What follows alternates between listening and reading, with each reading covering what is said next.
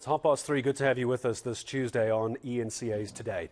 The rate at which police are being killed is of huge concern to all of us here in South Africa. The SA Policing Union, or SAPU, is calling for police killers, listen to this, to be charged with treason. They say the killing of an officer is a crime against the state. I don't think many people would argue against that. Let's now speak to the SA Policing Union's Lesiba Thobakgale. Lesiba, good to have you back with us on eNCA. Why treason? Give me the thinking behind this. Good afternoon. Thank you, Gareth, for having us, and greetings to your viewers back at home. We have seen with the previous quarter the statistics that were shared by the minister, which clearly suggests to us that around 31 police officers were murdered within a period of 3 months. And even after that, we continue to see police officers being murdered, incidents that occurred in the Northern Cape where 2 flying squad members were murdered, another one over the weekend in the Western Cape. On Friday, there were 3 police officers who were murdered in 3 different incidents, one in KwaZulu-Natal, one in Gauteng, and one in Mpumalanga at Kwanyamazana. So the continuing police killings, it's really worrying us as a union. That is why we are reiterating our call, because we made this call many years ago that police killings should be declared treason, for it is crime against the state, so that those who are found guilty of such crimes should clearly be able to face the harshest sentences, for they would have committed crime against the state. And also, Gareth, the state has the responsibility to protect police officers, because they are not representing themselves. The duties that they are performing, they're sacrificing their own lives, they are representing the state. And the state has that responsibility. That's why we are also making this call again to the President of the Republic to declare police killings as treason. And I don't think anybody would argue for the harshest sentence possible, Lesiba, when it comes to the killing of a police officer. But as you'll know, someone who's involved in policing in our country, the arrests aren't necessarily the problem, it's the convictions. So let's put treason aside for now. What is the conviction success rate of those killing police officers in our country currently? We can change the sentence, but if we can't get them convicted, this might make no difference at all. In most cases, Gareth, there are convictions that have been secured when police officers have been killed and the perpetrators are being brought to book. There's quite a lot of convictions. We cannot just put up a percentage currently, but we know, we are aware that those who are found guilty of such crimes, they happen to be convicted. And that is something that we can guarantee.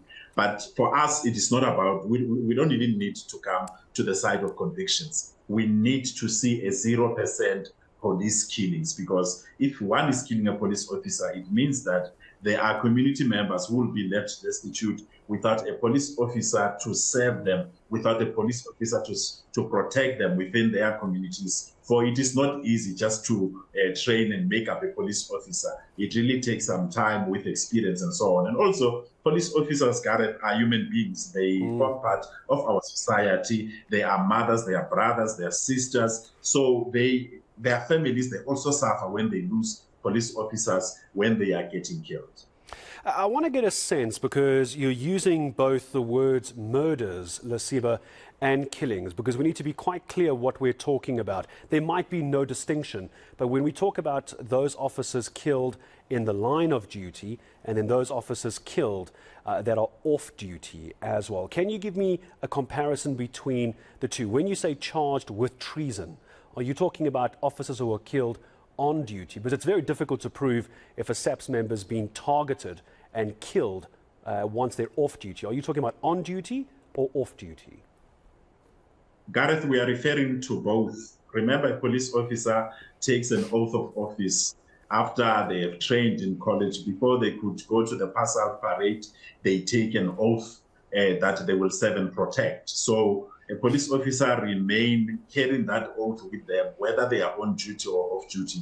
Because what we have seen in most cases, like the incident that occurred in Adams Mission in KwaZulu-Natal on Friday, one of those incidents, clearly it was a targeting of that police officer, that warrant officer there, because nothing was taken from him. They just stopped the car in front of him and then they came out, then they shot at him, they didn't take anything, then they fled the scene. So it is clear that even when police officers are off duty, they get targeted because of the type of by mere them being police officers. So there's grudges that gets created because some criminals, when police officers are enforcing the law, they don't like that.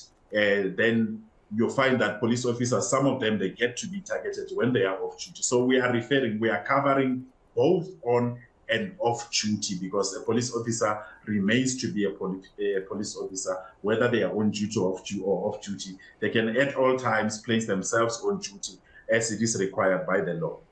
Lesiba, so this fight goes back many, many years. You and I have spoken almost annually about this issue. You just a very quick Google, you can see headlines from early 2000s and the calls for police to be protected while doing their job, the fight against police killings in South Africa. So who's not listening? Is it the police minister or is it the president of the country? You've called for this for years.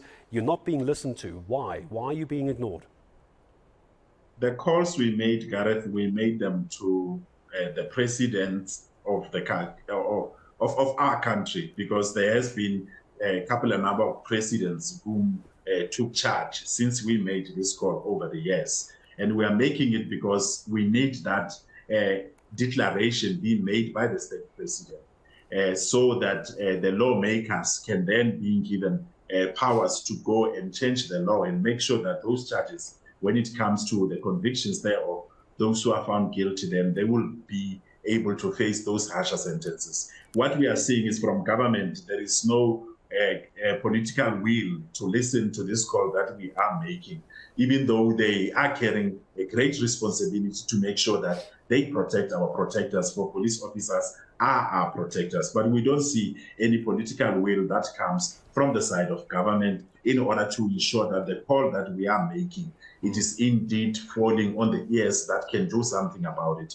But so far, there is nothing that we can see coming up, because we even went up to the parliament level to go to the portfolio committee to state our case and to really outline on why are we making such a call for it to be declared treason. And the members there, they understood our cause. But at the end of the day, there is no declaration that comes up from whoever is the sitting president at that time. Because like you are correctly saying, that this call comes way back, but we are not going to be deterred by anything or by not anyone making sure that our call is being listened to. We'll keep on knocking, we'll keep on making it up until we see 0% when it comes to police killings, up until we see the declaration of police killings being declared as treason. I think it might be time to stop knocking and start kicking down the door as well, because clearly it's not working. It's been a number of presidents that we've gone through, and yet, Lesiba, here you and I sit all these years later still talking about too many police killings in our country. Condolences to all the police, their loved ones and families, of course. We're going to stay on that story. Why is it so bad? But giving us a sense of what they want changed, what they want done. The South African Policing Union's Lesiba Thobakgale joining us this afternoon.